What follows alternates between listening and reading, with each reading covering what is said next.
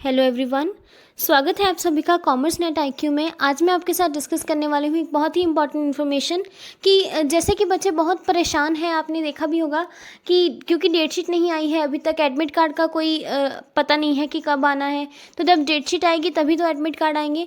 तो बच्चे इस बात से परेशान हैं कि कब डेट शीट आएगी, कब हमारा एग्ज़ाम होगा और कब हमारा रिजल्ट डिक्लेयर होगा, ताकि क्योंकि आने वाले सेशन के अंदर बच्चों ने अप्लाई भी करना है फॉर असिस्टेंट प्रोफेसर। तो इसलिए बहुत सारे बच्चे जो हैं वो इस परेशानी में हैं कि कब डेट शीट आएगी और कब हमारा एग्ज़ाम होगा। तो यही मैं आपको आज बताने वाली हूँ कि इतनी देरी क्यों हो रही है एग्ज़ाम के अंदर। तो उससे पहले मैं आपको एक इम्पॉर्टेंट अपडेट दे दूँ कि इस चैनल के ऊपर मैं यूजीसी नेट के बारे में कंप्लीट इन्फॉर्मेशन आपको प्रोवाइड करती हूँ, प्लस पेपर 1 एंड पेपर 2 के लिए स्ट्रक्चर्ड कोर्सेज वीडियो सेशन के द्वारा मैं लेके आती हूँ, जिसके अंदर मैं एमसीक्यूज़ प्लस थ्योरी सेशंस दोनों ही लेके आती हूँ।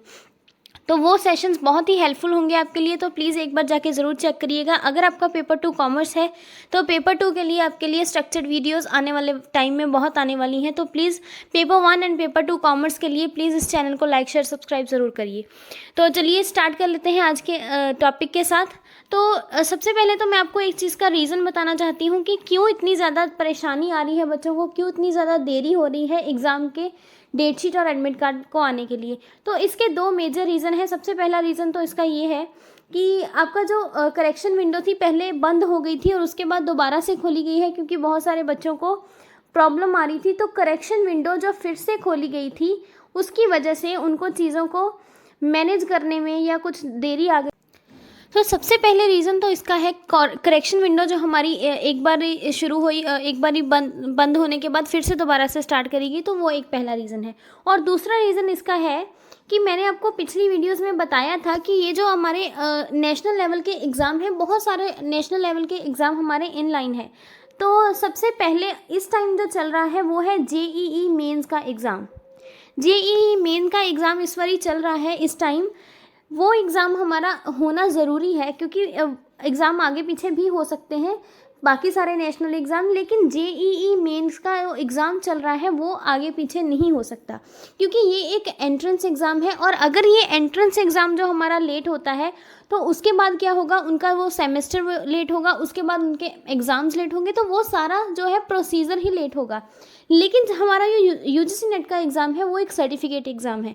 अगर उसके सर्टिफिकेट थोड़े लेट भी आएंगे तो वो हम कर सकते हैं उसको एडजस्टमेंट यूजीसी नेट में, लेकिन हम जेईई मेंस में नहीं कर सकते। इसलिए जेईई मेंस के लिए एनटीए ज़्यादा उसको प्रेफरेंस दे रहा है। तो जेईई मेंस का एग्ज़ाम जब होगा उसके बाद ही आपकी डेट शीट रिलीज़ करी जाएगी।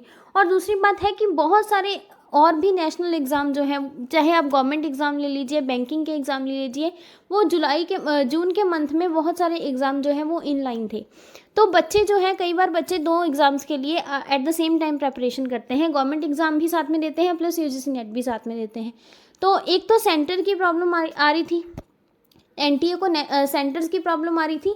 जब एक एग्ज़ाम होता है उसके बाद एनटीए को कम से कम 15 दिन का समय चाहिए होता है दूसरे एग्ज़ाम को कंडक्ट करवाने के लिए, एग्ज़ाम सेंटर जो है वो एडजस्ट करवाने के लिए। तो इसलिए एनटीए को इतने ज़्यादा टाइम की ज़रूरत है, इसलिए आपका जो टाइम है वो एग्ज़ाम है जो वो टाइम ले रहा है।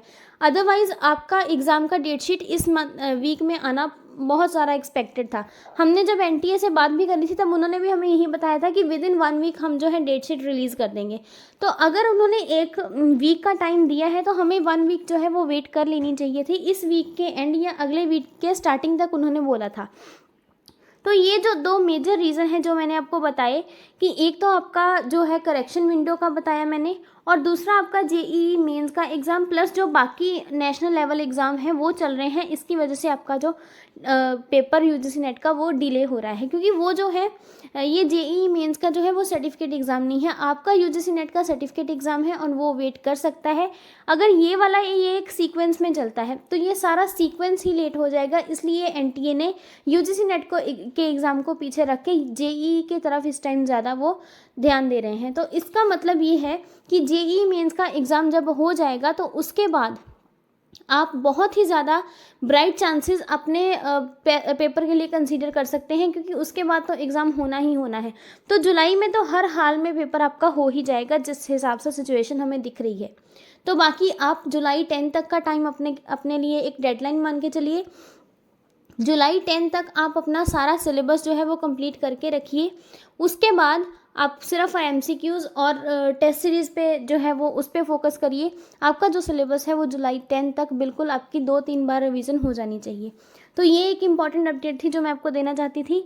आप अब बस अपने कभी भी एग्ज़ाम हो, देखिए एग्ज़ाम हमारे हाथ में नहीं है, हमारे हाथ में सिर्फ़ और सिर्फ पढ़ना है, सिर्फ़ और सिर्फ तैयारी है, तो वो हम कर सकते हैं।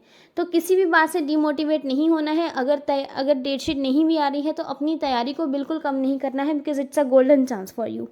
सो प्लीज़ अपनी तैयारी को बिल्कुल ज़ोरों शोरों पे रखिए इस time. And good luck and take care.